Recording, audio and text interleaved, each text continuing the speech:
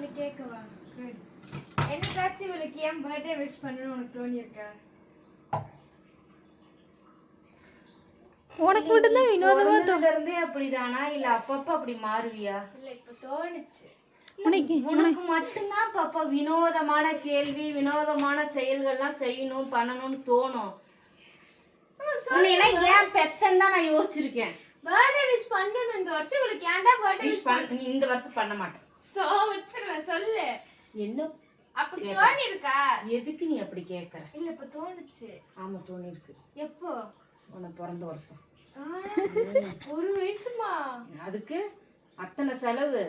அதுக்கு நான் என்ன பண்ணிட்டேன்? பிறந்த அடுத்த வருஷம் இல்ல, பிறந்த வருஷம் 2008. 2008ல பிறந்தாங்க. 2009ல 8ல தானே லாஸ்ட்டுக்கு பிறந்தாங்க. ஆமா ஆமா.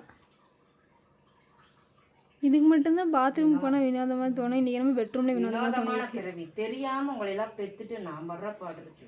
ஏன் பெத்த? தெரியாம பெத்துக்கிட்டா சாமி.